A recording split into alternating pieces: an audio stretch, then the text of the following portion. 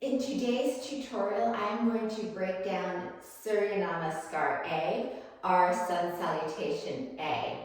I'm going to start facing you, and then I'm going to move to the front of my mat so you can see a side view of the movement. Start in mountain pose, so pressing down through the ball mounds of the big toes, the baby toes, and pressing into the center of the heels. Draw the inner thighs back, and then take the tailbone forward as you lift the pubic bone towards the navel. Take the outer shoulders back. And to start, as you're learning and gaining some shoulder mobility in your sun salutation, practice taking the arms up alongside the ears and then down. Just doing that a couple of times to warm up the shoulders.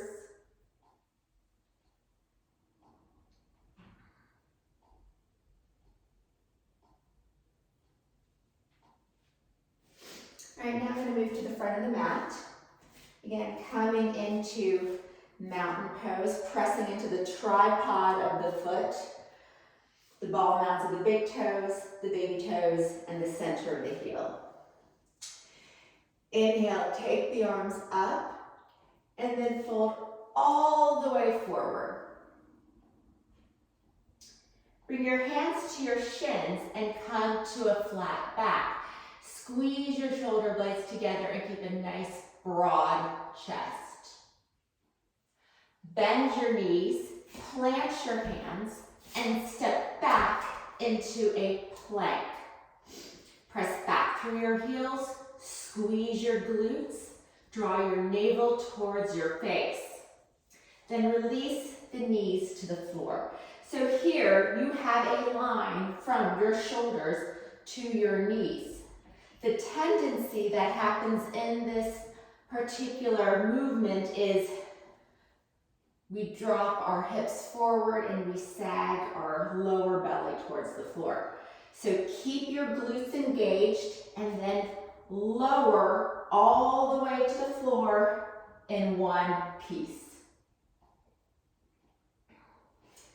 From here, uncurl your toes, hug your elbows into the body, roll your shoulders up and back, and come into a baby cobra.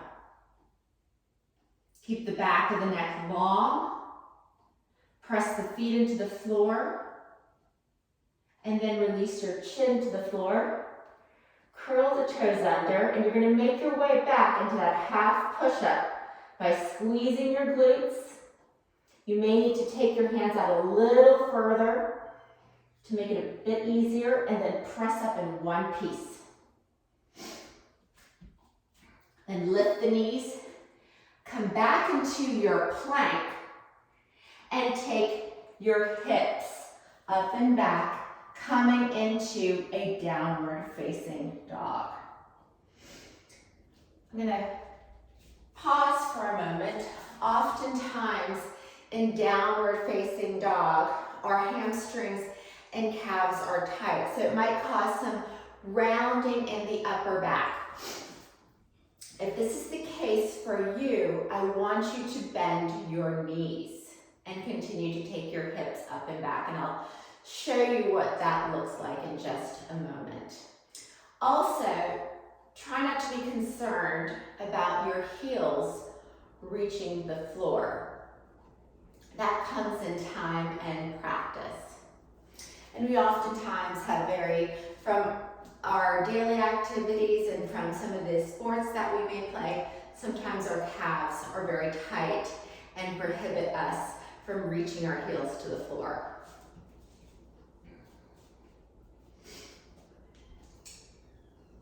So in your downward facing dog, feel free, like I said, to bend your knees, reach the hips up and back, keeping a nice long spine, and really working your inner upper arms towards the ceiling and the outer edges of the armpits towards the floor.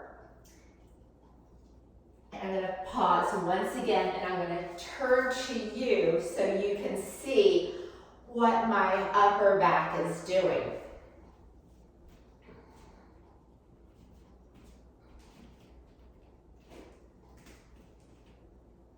So oftentimes our upper back looks like this, and there's no space around our neck.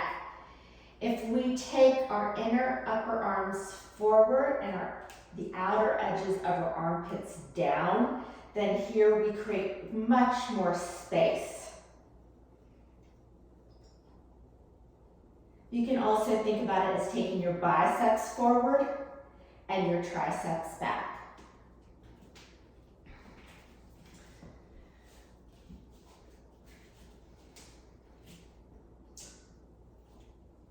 Stay in downward facing dog for 5 breaths.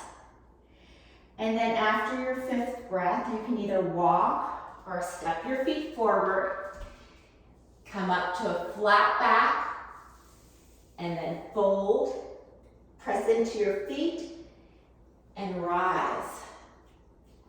And bring the hands to prayer.